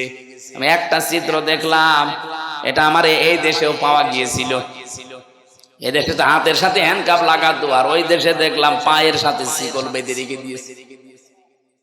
একটা মানুষ 8 বছর, 10 বছর, 20 বছর, 22 বছর পড়ে আছে, কেউ জানে না দুনিয়ায়। ওই লোকটা নিজের নাম কি তাও জানে না। কি করেছেন আপনি? আমার তো মনে হচ্ছে 2024 সালটা আল্লাহ রাব্বুল আলামিন এই পৃথিবীতে বানিয়েছেন স্বৈরাচারদের পতনের জন্য। এটা গেল আমাদের দেশের, কয়দিন পরে বাশার আল আসাদ গেল, আর একটা আছে সামনে, এটাও যাবে। এটা পৃথিবীর স্বৈরাচারের যে 6 জন আছে তার ভেতরও দাদার নাম আছে, আমি নাম নিলাম না। ওইটা যে ধুতি ধরে টান দেওয়া আরম্ভ হয়েছে, এর গদিও গেল গেল গেল। ট্রাম্প সাহেব বলছে আমেরিকা এখন পৃথিবীতে সব এক হয়ে গেলে আমেরিকার সাথে পারা কায়দা নেই। আপনি মুখে বললে তো হবে না, বাস্তবতা। এই জন্য ট্রাম্প সাহেব যা বলেছে যদি করে ফেলে, সেটা আমাদেরকে এখন দাদা ভাই বলছে, শেষে বাপ ডাকবে। ইউনূস সাহেবকে আমার মনে হয় বাপ ডাকলো বলে বাপ একটু বলে দেন, কারণ ওরাও জানে যে ইউনূসের খুঁটি কোথায়। ওর দড়ি শুধুমাত্র ইন্ডিয়া পর্যন্ত না, ওর দড়ি একেবারে জায়গা মতো আছে। এই জন্য তো কিছু বলতে পারে না, যে একটু টাচ দিয়েছিলে বাংলাদেশের অশান্ত হলে 7 সিস্টার অশান্ত করে ফেলবো, চুপ হয়ে গেল। কয়েকটা এই যে হকার সাংবাদিক নামে কলঙ্ক, মলম বিক্রেতা, আমার মনে হয় এদেরকে ধরে বাংলাদেশে এই হিজড়াদের হাতে ছেড়ে দেওয়া, ছিঁড়ে খেয়ে ফেলবে। প্রথম আমরা ন্যায় বিচার চাই। ছাত্র ছাত্রীরা এইটাই রাজপথে বলেছিল, ওই ওয়ান বলেন বলেন, আল্লাহ বলেন ন্যায় বিচার কায়েম কর। এখন আদলটা কি? পৃথিবীর যত নবীকে আল্লাহ পাঠিয়েছেন প্রতিটি নবীর জীবনী আমি কম বেশি পড়ে দেখলাম, কোন নবীকে আল্লাহ আদল দেয়নি। প্রত্যেক নবীকে আল্লাহ দিয়েছিলেন ইনসাফ। কি দিয়েছিলেন? ইনসাফ। আপনি নবীদের জীবনী পড়ে দেখবেন তাদেরকে আল্লাহ ইনসাফ দিয়েছেন। নুন সিন ফা না, নুন সোয়াদ ফা, নিসফন, এর শাব্দিক অর্থ অর্ধেক। এই জন্য নবীরা দেখতাম বিচার করত, কোন নবীর কাছে বিচার আসলে তারা অর্ধেক সমান সমান করে দিত। হযরত সুলাইমানের কাছে বিচার নিয়ে এসেছে 2 মহিলা, একটা ছেলে 2 জন মা। এক ছেলে 2 মা হয়, একটা আসল একটা নকল। যেহেতু ডিএনএ টেস্ট করার মতো কিছু ওই সময় নেই, কিভাবে পরীক্ষা করে দেবে?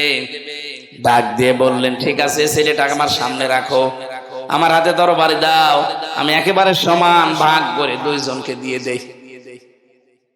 যেটা নকল মা ওটা বলছে ঠিক আছে আপনি করেন, আসল মা যেটা বলে দরকার নেই, আমার সন্তান আমি দিয়ে দিলাম, ও বেঁচে থাক। সুলাইমান নবী বুঝে ফেলেছেন যে আসল মা কোনটা। অন্যান্য নবীদের জীবনী থেকে জানা যায় তাদেরকে আল্লাহ ইনসাফ দিয়েছিলেন, তারা ইনসাফ কায়েম করতেন। আর আমাদের নবীকে আল্লাহ ইনসাফ তো দিয়েছেন, পাশাপাশি তাকে আদল দিয়েছেন। আদল কি? মা মানাল আদাল লুগাতান শারহান। আদল তিন প্রকার।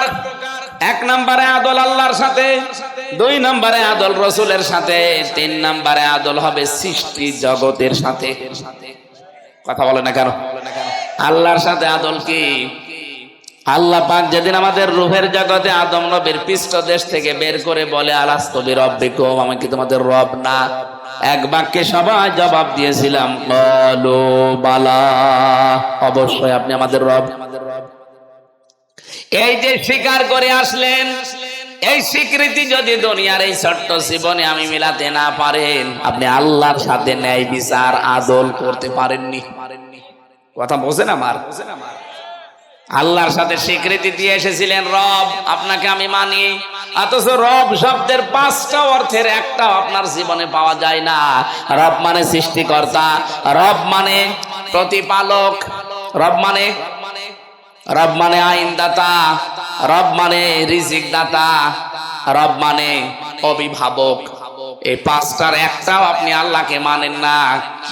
কি করে আসলেন আর কি করছেন বলেন? আপনি আল্লাহর সাথে আদল করতে পারেননি। 2 নম্বরে রাসূলের সাথে আদল, বিশ্ব নবী ছাড়া অন্য কারো আদর্শ আমি মানি না, এইটা রাসূলের সাথে আদল, এইটাও পারেননি।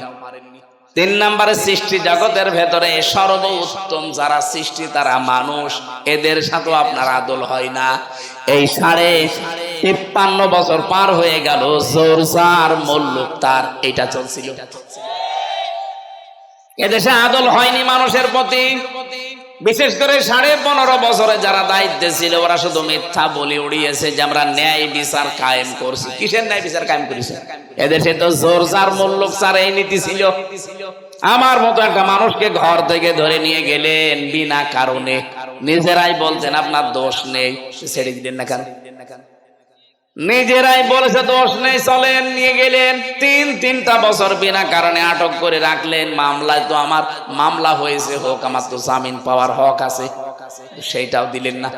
কি নাই বিচার কায়েম করেছিলেন? আমি নিজের জীবন থেকেই তো বলছি হয়নি। আপনি যা বলেছেন 15.5 বছর পুরা মিথ্যা কথা। এরকম জোরজার মুল্লুক তার এই নিয়ম নীতি এক জায়গায় ছিল। মিশরের আজিজ মেসের এই দরবারে ছিল। হযরতে জুলাইখা নাম শোনেননি জীবনে? এই মহিলা, কোরআনে কারিমে আল্লাহ আমাদেরকে কিছু শুনিয়েছেন, এখান থেকে কিছু শিক্ষা নেওয়ার জন্য। আমি সূরা ইউসুফ থেকে কয়েকটা আয়াত পড়ছি শিক্ষার জন্য। রব্বুল আলামিন বলেন, রাওয়াদাতুহুল্লাতী হুয়া ফি বাইতিহা আন নাফসিহি ওয়া গাল্লাকাতিল আবওয়াবা ওয়া ক্বালাত হাই তালাক। এখানে যারা আরবি গ্রামার বোঝে, আরবি তাসবিদ বোঝে, এখানে কিরাত আছে কিন্তু 4টা। অগাল্লাকাতিল আবওয়াবা ওয়া ক্বালাত হাই তালাক, অকালাতি হি তালাক, অকালাতি হি তালাক, অকালাত হালুম্মা লাক। 4টা কিরাতে পড়া যায়, 4টার অর্থ এক হবে। আল্লাহ পাক বলেন যে মহিলা তার প্রতি আকর্ষণীয় লোভনীয় হয়ে তাকে ডাক দিয়েছিল, এদিকে আসো, আমরা 2 জন মিলে কাম চরিতার্থ করি। ঘরের দরজাগুলো একটা একটা করে সব বন্ধ করে ইউসুফ নবীকে যখন ডাক দিয়েছে, পুরাটা তাদের 2 জনের কন্ট্রোলে ছিল। এরপরও নবী ইউসুফ নিজেকে ওই দিকে ঝুঁকিয়ে দেননি।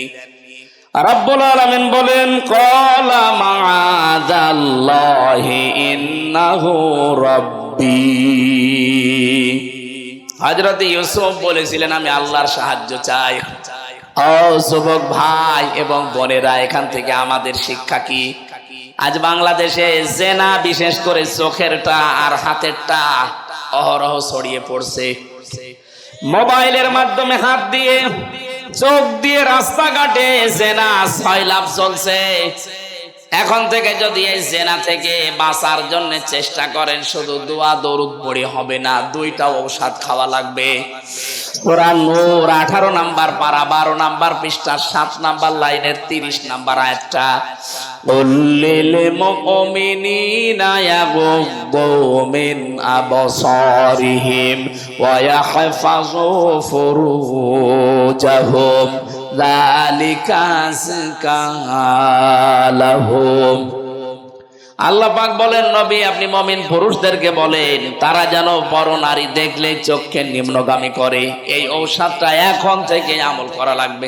এখন বের হওয়ার পরে রাস্তায় কোন মহিলার সামনে পড়লে, হ্যাঁ, ও যদি মা হয় তাকাবেন, যদি আপন বোন হয় তাকাবেন, যদি নিজের মেয়ে হয় তাকাবেন, যদি পুত্রবধূ হয় তাকাবেন, নিজের ভাইয়ের মেয়ে হয় আপন ভাইয়ের, নিজের আপন বোনের, এরকম দুধ মা হয় আপন দুধ মা, এরকম যদি 14 জনের ভেতরে একজন সামনে পড়ে আপনি তাকাবেন, অসুবিধা নেই। কিন্তু এর বাইরে দুনিয়ায় যেই হোক যদি সামনে পড়ে যায়, আমি সহ প্রত্যেকের সঙ্গে সঙ্গে চক্ষু নিম্নগামী করা লাগবে। এক কথা বলছে না? হ্যাঁ, আপনার মন চাইবে আপনার আর যৌবন কতটুকু আছে। এক একজন নবীকে আল্লাহ আমির হামজার মতো 100 হামজার যৌবন দিয়েছিলেন। আল্লাহর নবী বলতেন, আমার এই হাতের ভেতরে 100 মোহাম্মদ আলীর শক্তি আছে। 100 জন মোহাম্মদের শরীরে যে শক্তি আছে, আমি মোহাম্মদুর রাসূলুল্লাহর এক হাতে সেই শক্তি আছে। ওনার হাতে যদি শক্তি থাকে, ওনার যৌবনে এরকম শক্তি ছিল। কথা বলেন ঠিক কিনা? হযরতে ইউসুফ এত বড় যৌবন থাকার পরেও তিনি বলেছিলেন, আমি আল্লাহর সাহায্য চাই। ইন্নাহু রাব্বি, অবশ্যই আমার রব। এখানে রব মানে আল্লাহ না, এখানে রব মানে ওই আজিজ মেসরের বাদশাহ মিশরের। আমার রব মানে আমার যিনি লালন পালন করেন, আমাকে খাবার দেন, বাড়িতে রেখে দিয়েছেন, আমার রক্ষণাবেক্ষণ যিনি করেন তাকে আমি বুঝিয়েছি। আহসানা মাসওয়ায়া, সর্বোত্তম ব্যবস্থা তার ভেতরে আছে, আমি পেয়েছি। সে এখন বাড়িতে নেই, তার আমানতটা আমি খেয়ানত করব কোন কারণে? ইন্নাহু লা ইফলিহুজ জালিমুন, কোন জালেম কোনদিন সফল হচ্ছে না, হবেও না। এই আয়াতটা যে কত বাস্তব তার প্রমাণ বাংলাদেশ। জালেমরা সফল হচ্ছে না, হবে না। আগামী থেকেও যদি জুলুমের চিন্তা ভাবনা করেন, এই আয়াত থেকে শিক্ষা নেবেন। কোন জালেম আজ পর্যন্ত সফল হয়নি, কিয়ামত পর্যন্ত হবেও না। কোন জালেম যদি সফল হয়ে যায়, তাহলে কোরআন মিথ্যা হয়ে যাবে। কথা বলে না কেন? আমাদের এখানে ঔষধ প্রথমটা গেল কি? বড় নারী দেখলে চোখ নিচের দিকে করবেন। 2 নম্বরে যৌবনটা, বিশেষ করে যৌনাঙ্গ হেফাজত করা লাগবে সাধ্য মতো। আপনার যদি বিয়ের প্রয়োজন হয়, হ্যাঁ, আপনি অসহায় বিধবা দেখবেন, অসহায়, একদিকে এতিম অসহায়, 2 নম্বরে বিধবা, 3 নম্বরে স্বামী পরিত্যক্তা। এই 3 প্রকার মেয়ে লোককে যদি আপনি সাহায্য করতে চান, সমর্থ থাকে, বিয়ে করে আপনি নিয়ে আসতে পারেন। তাছাড়া আনন্দ করবেন, চেহারা ভালো, উল্টা পাল্টা না। এই জন্য আনন্দের জন্য ইসলাম বিয়ের অনুমতি দেয়নি। কারণ যে আয়াতগুলো আমরা বলি যে মাসনা সুলাসা রুবা, 2 2 3 3 4 4 বিয়ে করো, এর আগে আয়াত পরের আয়াত এতিমদের আলোচনা আছে। আমরা এটাকে আজ কলুষিত করে ফেলেছি ইসলামের নাম নিয়ে। আমি আপনাকে বিয়ে করতে নিষেধ করছি না, করবেন, কিন্তু ওই উদ্দেশ্য থাকা লাগবে যে আমি একটা অসহায়ের পাশে দাঁড়াবো, একটা বিধবার পাশে দাঁড়াবো, অথবা খুব বেশি হলে একটা স্বামী ত্যাক্তা পরিত্যক্তা মহিলা আছে, তালাক প্রাপ্তা, তার পাশে দাঁড়াবো। আপনার মনে যদি এই থাকে না আমি লাইন করব, আমি একেবারে খোলাখুলি বলছি, এখানে যদি কেউ থাকেন, এখানে যদি কেউ এই চরিত্রের থাকেন, এই মুহূর্তে আপনাকে ওয়াজটা আমল করা লাগবে। কারো যদি লাইন থাকে ভাবির সাথে, প্রতিবেশীর স্ত্রীর সাথে, এই কথা বলছে না, অথবা বিবাহিত কোন মহিলার সাথে, একদিকে ভাবি, আরেকদিকে প্রতিবেশীর স্ত্রী, আরেকদিকে বিবাহিতা কোন মেয়ে লোক, যদি কারোর সাথে লাইন এরকম শয়তানের ধোকায় পড়ে করে থাকেন, এক্ষুনি ওই নাম্বার ডিলিট করে দেন। করেন, তাড়াতাড়ি করেন। না না, এটা করা লাগবে, আছে আমি জানি। এখানে করার মাথায় হাত দিয়ে মাথায় দিয়ে যদি বলতে বলা হয় 100 জনের প্রায় 20 জন ধরা খাবে। অনেক আছেন হুজুর কিছু জানে না। যারা আছেন এই লাইনে, জীবনেও আপনি তার ওই ভাইটা বা যে বিবাহিত মহিলা তার স্বামী তালাক না দিলে আপনি বিয়ে করতে পারবেন না, আর সারা জীবন আপনি দুঃখ পাবেন। এই জন্যই তো আপনাকে বলছি। সুতরাং এরকম লাইন ঘাট যাদের আছে, জীবনের মতো নাম্বার ডিলিট করে তাওবা করবেন। কারা কারা হাত তোলেন? এই লাইন আছে কার সাথে? এদিকে আসো। না আছে, আমি জানি। হাত তুলছেন না কোন কারণে বলেন? কিসের ভয় আপনার? লজ্জা কিসের? এখানে কয়জন মানুষ আছে? এই লাইনে যদি থেকে মারা যান, কিয়ামতে কোটি কোটি মানুষের সামনে আপনার কপালে লিখে থাকবে যে ভাবির সাথে আকাম করিস। আশা করছে আপনি ছেড়ে দেবেন ভাই। আর যদি না থাকে গায়ে বান্ধায় সব আলহামদুলিল্লাহ। নেই, কেউ বলছে আছে, কেউ বলছে নেই। আমি কোন দিকে যাই বলি? থাকলে পরিবর্তন হয়ে যাবেন, না থাকলে আলহামদুলিল্লাহ। রাব্বুল আলামিন বলেন লাকাদ হাম্মাত বিহি ওয়া হাম্মা বিহা। এই এদিকে তাকা, এদিকে তাকা। লাকাদ অবশ্যই হাম্মাত বিহি ওয়া হাম্মা বিহা। ওই যে মহিলা জুলাইখা ইউসুফ নবীর দিকে ঝুঁকে তো পড়েছিল, ইউসুফ নবী ও জুলাইখার দিকে ঝুঁকে পড়তো। ঠিক আছে, ঠিক আছে। এখানে একটা আলেম নেই। ঠিক আছে, অর্থ বাংলা ঠিক আছে। লাকাদ হাম্মাত বিহি ওয়া হাম্মা বিহা। ওই মহিলা তো ঝুঁকে পড়েছিল জিনা করার জন্য, ইউসুফ নবীও ঝুঁকে পড়তো। এই কথা বললে আমার ঈমান থাকবে? এটা নবীর প্রতি তোহমত দেওয়া হয়ে যাচ্ছে। বাংলা অর্থ কিন্তু এটাই দাঁড়ায়। আপনি জিজ্ঞাসা করেন কোন মুফাসসির থাকলে, লাকাদ হাম্মাত বিহি ওয়া হাম্মা বিহা। বিহি দিয়ে পুরুষ মানুষ, বিহা দিয়ে মহিলা মানুষ, দুইজনেই তো রাজি। এখন প্রশ্ন আসতে পারে ইউসুফ নবী? হ্যাঁ, কারণ তিনিও তো মানুষ। কি আমার মতো সলিমদ্দির যদি কোনো কিছু দেখলে উল্টা পাল্টা মনে হয়, ইউসুফ নবীর ভেতরে তো সলিমদ্দির মতো যৌবন নাই, 100 পুরুষের যৌবন ছিল। আর যার সামনে দাঁড়িয়ে আছে অত কালী না, অত জুলাইখা। বিশ্বের সুন্দরী মহিলাদের ভেতরে সে একজন। তাও পোশাক পরে দাঁড়িয়ে থাকলে তো হয় পুরা উলঙ্গ হয়ে দাঁড়িয়ে আছে। বলেন এ কঠিন পরিস্থিতিতে নিজের যৌবনকে চাপ দিয়ে রাখা কত কঠিন পরিস্থিতি ছিল। আল্লাহ পাক বলেন হ্যাঁ, দুইজনেই কিন্তু ঝুঁকে পড়েছিল। লাউলা বুরহান রাব্বি, যদি তার রব তাকে কিছু দলিল আর প্রমাণ না দেখাতেন। কি দলিল দেখিয়েছিলেন? এই বুরহান শব্দের ভেতরে আমি তাফসিরে কয়েকটা অর্থ দেখেছি। জালালাইন শরীফের ভেতরে আছে, 1 নম্বরে হযরতে ইউসুফ দেখতে পেলেন হযরতে জিবরাইল সামনে একটা চিঠি ধরেছে, ওখানে লেখা আছে ইউসুফ আমি তোমার মালিক বলছি তুমি জিনা করতে পারো না। 2 নম্বরে হযরত ইয়াকুব আলাইহিস সালাম সরাসরি এসে গেছে ঘরের ভেতরে। ছেলে যত খারাপ হোক বাবার সামনে কাজ করতে পারে। ওনার বাবা ডাক দিয়ে বলছে ইউসুফ আমি তোমার বাবা ইয়াকুব বলছি তুমি কিন্তু এ কাজ করতে পারো না। এই প্রমাণগুলো দেখার সঙ্গে সঙ্গে হযরতে ইউসুফ থমকে দাঁড়ালেন। আল্লাহ পাক বলেন কাযালিকা লিনাসরিফা আনহু সুআ ওয়াল ফাহশা। এইভাবে কাযালিকা মানে এইভাবে, লিনাসরিফা আনহু সুআ ওয়াল ফাহশা। কোন মানুষ যদি অপরাধ করার শক্তি সামর্থ্য থাকার পরিবেশ থাকার পরেও যদি নিজেকে কন্ট্রোল করে ফিরে আসতে পারে, আমি আল্লাহ তার থেকে এই মন্দ ফায়সা কাজগুলো আমার পক্ষ থেকে দূর করে দেই। ইন্নাহু মিন ইবাদিনাল মুখলাসিন, কারণ সে আমার মুখলেস বান্দাদের অন্তর্ভুক্ত হয়ে যায়। আমরাও যদি এরকম সাহায্য পেতে চাই, চরিত্রের মহা দুর্যোগের সময় আমাদেরকেও কিন্তু কঠোর সিদ্ধান্ত নেওয়া লাগবে। হযরত ইউসুফের এই পরিবেশ আমাদের সামনেও মাঝে মাঝে আসার সম্ভাবনা নেই। রাস্তাঘাটে গেলে, বাজারে গেলে, মার্কেটে গেলে, বিভিন্ন মেলায় গেলে এগুলোর পরিবেশ চলে আসে। এমন এমন পোশাক পরে এসে ধাক্কা মারে, বাকিটা আর বললাম না। কথা বলে না কেন? নাম দিয়েছে বৃক্ষ মেলা, বৃক্ষ নেই। নাম দিয়েছে বই মেলা, বই নেই। নাম দিয়েছে শিশু মেলা, শিশু নেই। শুধু শিশুর খালারা আর মামারা। এরকম পরিস্থিতি সব জায়গায় কিন্তু এখন তৈরি হয়ে যাচ্ছে। আমাদেরকে ইউসুফ নবীর মতো চরিত্রের এই মহা দুর্যোগে মোকাবেলা করা লাগবে। তাহলে বাকিটা আমার আল্লাহর প্রতি ছেড়ে দিলে উনি আমাদেরকে বাঁচাবেন। কারণ জেনা থেকে বাঁচা এই জামানায় কখনোই সম্ভব না আল্লাহর রহমত ছাড়া। আল্লাহ পাক বলেন আস্তাবাকাল বাবা ওয়া কদ্দাত কামিসাহু মিন দুবুরিন ওয়া আলফায়া সাইয়্যিদাহা লাদাল বাব।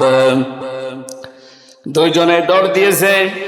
হযরতে ইউসুফ যখন দেখলেন একজন ফেরেশতা সামনে চিঠি নিয়ে দাঁড়িয়ে আছে, লেখা আছে, ইউসুফ আমি তোমার মালিক বলছি, তুমি কিন্তু জিনা করতে পারো না। তিনি যখন থমকে দাঁড়িয়েছে, ঠিক ওই সময় আল্লাহ পাক জিবরাইলকে দিয়ে কানের কাছে ওহী পাঠালেন, শুধু আপনি সামনে যেতে বলেন, বাকি যা করা আমার আল্লাহর কুদরত করবে। উনি প্রথম দরজার কাছে গেছে। তাফসিরে মুফাসসির লিখেছেন প্রথম দরজার কাছে যাবার পরে দরজা খোলে নাই, ওই অবস্থায় ছিল। জুলাইখা চিন্তা করছে, কই আমার কথা না শুনে দৌড় দিয়েছে, ধরতে গেছে, যেই কাছাকাছি গিয়ে তখন দরজা খুলে গেছে। উনি প্রথম দরজা খোলা পেয়ে দিয়েছে, দৌড় পেছন দিক থেকে জামা টেনে ধরেছিল, জামা ছিঁড়ে গেছে, এরপরও ধরতে পারে নাই। 7টা 10টা পর্যন্ত দরজার নাম পেয়েছি।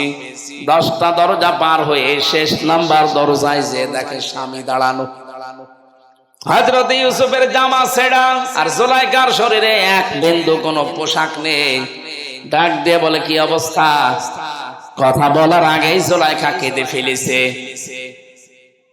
এখান থেকে একটা শিক্ষা পাওয়া যায়, এই যে কথা বলার আগেই যারা কেঁদে ফেলে এরা কিন্তু জুলাইখার উত্তরসূরি। এই জন্য আল্লাহ জুলাইখার নামে একটা আয়াত নাযিল করতে গিয়ে বলেছেন, এই যে আয়াতটা, ইন্না কাইদাকুন্না আযীম। আল্লাহ পাক কয় ইন্না কাইদি দিত বা কায়দা কোন নিয়ে দিত, কা দিত, কি দিত, কি দিলে অর্থ হয়ে যেত, ইন্না কায়দা কি দিলে অর্থ হয়ে যেত। আল্লাহ কি না দিয়ে কোন না দিলেন, বহু বচন কেন, এক বচন না দিয়ে? কাজটা তো এক মহিলা ঘটিয়েছে। আল্লাহ জানাতে চেয়েছেন কিয়ামত পর্যন্ত জুলাইখার মতো বহু ষড়যন্ত্রকারী মহিলা আসবে, যারা দেনার তহমত পর্যন্ত পুরুষ মানুষের চরিত্রে তারা দেবে। তার ভেতরে মনে হয় আমাদের দেশে আল্লাহ একটা পাঠিয়েছিলেন। কথা বলে না কেন? যে মানুষটা সংসদে দাঁড়িয়ে মাওলানা মামুনুল হকের বিরুদ্ধে জেনার তহমত প্রকাশ্যে বলতে পারে, আরে ভাই ওইটা তার নিজের স্ত্রী ছিল, বিবাহিত, আমার সাথে 3 বছর তার সাক্ষাৎ, 3 বছর। আপনার মতো সে জেনাকার নাকি? আপনার জীবনের চরিত্রের কোনো গ্যারান্টি নেই। আর তার বাবার দিকে তাকান, তার নিজের দিকেও তাকান। লোকটার সাথে 3 বছর থেকে তার যে আমল, তার যে আখলাক, বিশেষ করে তার যে তাওয়াক্কুল আল্লাহর প্রতি আমি দেখেছি, ইবাদতের মাত্রা, আপনি ধারে কাছেও যেতে পারবেন না। আর আন্দাজে সংসদে দাঁড়িয়ে বলে দিলেন যে একটা পার্লারের মেয়ে লোক নিয়ে আনন্দ ফুর্তি করতে গিয়ে ধরা পড়েছে। আপনি মানুষ? মহিলাদের চক্রান্ত বলতে গিয়ে আল্লাহ বহু বচন দিয়েছেন। শয়তানের চক্রান্ত বলতে গিয়ে আল্লাহ ইন্না কায়দা শাইতানি কানা দাইফা দিয়েছেন। শয়তানের চক্রান্ত দুর্বল, আর মেয়েদের চক্রান্তের কথা কোরআনে আসলেই তিনি বলেছেন আযীম, ইন্না কায়দা কুন্না আযীম। মেয়েদের চক্রান্ত বড় ভয়ঙ্কর। এক চক্রান্তেই নবী ইউসুফের মতো মানুষ 10 বছর জেল খেটেছে। আর এক চক্রান্তে আমাদের এদেশের আলেম ওলামারা অনেকে 3-4 বছর, 5 বছর, 10 বছর জেল খাটতেছে। সব চক্রান্ত মেয়ে লোকের। আপনি কোর্টে যান, থানায় যান, আদালতে যান, 100টার আমার মনে হয় কমপক্ষে 80টা মামলা মেয়ে লোক নিয়ে। নবীজি বলেন, আমি ইন্তেকাল করে চলে গেলাম, কিন্তু আমার উম্মতের জন্য মেয়ে লোকের মতো এরকম ভয়ঙ্কর ফিতনা আর রেখে গেলাম না। এটা কিন্তু আসলে একটা ফিতনা। কি কথা বলেন না কেন? এমনকি বহু পুরুষ এখানে আমরা বসে আছি, নিজের বউ আর ভালো লাগে না, অন্যেরটা দেখলেই কেমন যেন আকর্ষণ তৈরি হয়। এটা একটা রোগ। কি এই রোগ থেকে মুক্তি পাওয়ার জন্য মাত্র 15 দিন, মাত্র 15 দিন কোন মেয়ে লোকের দিকে চোখ পড়ে গেলে সঙ্গে সঙ্গে নিম্নগামী করবেন, মন চাইলেও নিচু করবেন, আর লজ্জাস্থানটা হেফাজত করে রাখেন। 15 দিন পরে দেখবেন নিজের স্ত্রীর প্রতি আকর্ষণ চাহিদা বাড়তেছে। অন্য মহিলা দেখলে আপনার মনের ভিতরে কেমন যেন রাগ হচ্ছে। আমি জানি এটা আপনি করবেন না। এখন যতই ওয়াজ করে ছেড়ে দিলে রাস্তায় যদি পরিমনের মতো কাউকে পায়, বলে আগে আল্লাহর নামে দেখে নেই, পরে আমি তওবা করে নেব। কথা বলছে না? না না, হযরতে ইউসুফ নবী ডাক দিয়ে বললেন, বাদশা আমার কোনো দোষ নেই, আপনার স্ত্রীর দোষ, সে আমাকে ফুসলিয়ে পর্যন্ত এনেছে। মেয়েদের চক্রান্ত কত নিচে নামতে পারে 3-4 আয়াতের প্রমাণ। ইউসুফ নবীর মতো এত বড় নিষ্পাপ মানুষকে পর্যন্ত সে জিনার তহমত পর্যন্ত দিয়ে 1 দিন 2 দিন না 10 বছর জেলের ভেতরে রেখেছে। আর প্রতিনিয়ত সে জেলখানা ইউসুফ নবীকে মানুষ দিয়ে পিটাতো। আমার তো মনে হচ্ছে এই 15.5 বছরে অনেককে জেলখানায় দিয়ে সিসি ক্যামেরা লাগিয়ে দেখতো যে কার সাথে কি আচরণ করা হচ্ছে। আমি তো নিজেই দেখলাম সিসি ক্যামেরা লাগানো আমার ঘরে, মামুনুল হকের ঘরে, ওই যে গিয়াসউদ্দিন মামুন ভাইয়ের ঘরে লাগিয়ে আছে। উনি বসে বসে ওখান থেকে দেখে। এমনকি জেলখানায় এসে মেজর হোদাকে পর্যন্ত নিজের প্রতিশোধ নিতে গিয়ে জবাই পর্যন্ত করেছে। ভিডিও এখন ফাঁস হয়ে যাচ্ছে সব। আমরা এখান থেকে শিক্ষা নেব, এই জোরজার মোল্লকদার এটা ওই জামানায় ছিল যে ইউসুফ নবী বলেছে। ইউসুফ নবীর কথা গ্রান্টেড না। মহিলা যেই কাদাকাটি করে বলছে আপনি বাড়ি নেই, আপনার স্ত্রীর সাথে এই কাজ করেছে একটা গোলাম, এর শাস্তি হয় কঠিন দেবেন না জেলখানায় দেবেন। কত কিছু সাক্ষী ইউসুফ নবীর পক্ষে ছিল, একটাও মানলো না। ঠিক আছে 10 বছর জেল দিয়ে দিলাম, যান। জোরজার মোল্লকদার, জোরজার, আরো জোরে বলেন। আমাদের দেশে এইটাই কায়েম ছিল এতদিন। আমি নিজেও তো জীবনে দেখলাম জোরজার মোল্লকদার। আমার পক্ষে কেউ সাক্ষী দিতেও রাজি না, এর পক্ষে নিজেরা বানিয়ে বানিয়ে সাক্ষী দেবে, তারপরও তারা রাজি হয়নি। এরপরও কি অদৃশ্য ইশারায় আমারে বন্দী করে রেখে দিল 3 বছর। 3টা বছর জীবন থেকে আপনি কেড়ে নিলেন। হাজার হাজার মানুষে যে 1,10,000-এর মতো মানুষ জেলখানায় ছিল, হিসাব নিকাশ করে দেখতে পাওয়া যায় 100 জনের আমার মনে হয় 80,000 মানুষই কিছু জানে না, কিছু অপরাধী আছে হালকা। এখানে আদল আমাদের সৃষ্টি জগতের যারা আসল আল্লাহর সৃষ্টি মানুষ, এদের সাথে হয় না। বাকি যে মাখলুকাত গুলো আছে তাদের সাথে সৃষ্টির আদল কিছুই নেই। আন্দাজে গাছের পাতা ছেড়ে আল গল্প করে আর বাদাম খায়। পাতা কি তোর বাবার? ওটা তো কাঁচা পাতা, জিকির করছিল আল্লাহর, ছিঁড়ে ফেলে দিলে জিকির বন্ধ হয়ে গেল। সব জায়গায় আদল আছে, ইনসাফ আছে। আল্লাহ রাব্বুল আলামিন দুনিয়ায় যে বৈষম্য বিরোধী আন্দোলন ছাত্র যারা করেছিল, ছাত্র আন্দোলনের প্রথম এইটা ছিল ন্যায় বিচার কায়েম করতে চাই। আল্লাহ আমাদেরকে এই নির্দেশ দিয়েছেন, আমরাও এর পক্ষে থাকবো ইনশাআল্লাহ। আমি আর আজকে পারছি না, আল্লাহুম্মা আমিন। লা হাওলা ওয়ালা কুওয়াতা ইল্লা বিল্লাহিল আলিয়্যিল আযীম। আল্লাহুম্মা গফিরলি ওয়ারহামনি ওয়াহদিনি ওয়াফিনি ওয়ারযুকনি ইয়া রাব্বাল আলামিন। আল্লাহ তাআলা এই বিশাল আয়োজনে যারা শ্রম দিল এদেরকে কবুল করে নাও। আগামীতে অনুষ্ঠানটা কোরআনের প্রসারে আরো বিশাল আকারে মঞ্জুর করো।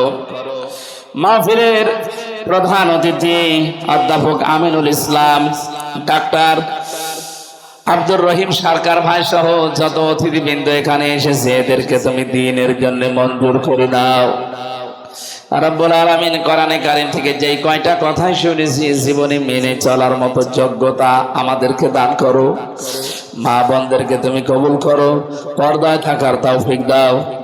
আল্লাহ তাআলা আমার শরীরটা স্বাভাবিক হচ্ছে না, বারবার তোমার কাছে ধর্ণা দে, আল্লাহ তুমি আমাকে আগের অবস্থায় ফিরিয়ে দাও। কে খাওয়িয়েছে ওরা জেলখানায় আমি জানি না, আল্লাহ আমার শরীরটা ভেঙে গেছে একেবারে। কথা বললেই বুকে ব্যথা করে, কথা বললেই কণ্ঠে ব্যথা করে। তোমার কাছে আমি সাহায্য চাই, আমাদের জাতির পিতা ইব্রাহিম নবীর মতো। ওয়াইদা মারে দো ফাহুয়া ইয়াশফিন, আমি যখন অসুস্থ হই তুমি তোমাকে শেফা দাও। আল্লাহ মেহেরবানি করে আমার কণ্ঠটা, আমার শরীরটা তুমি আগের অবস্থায় ফিরিয়ে দাও।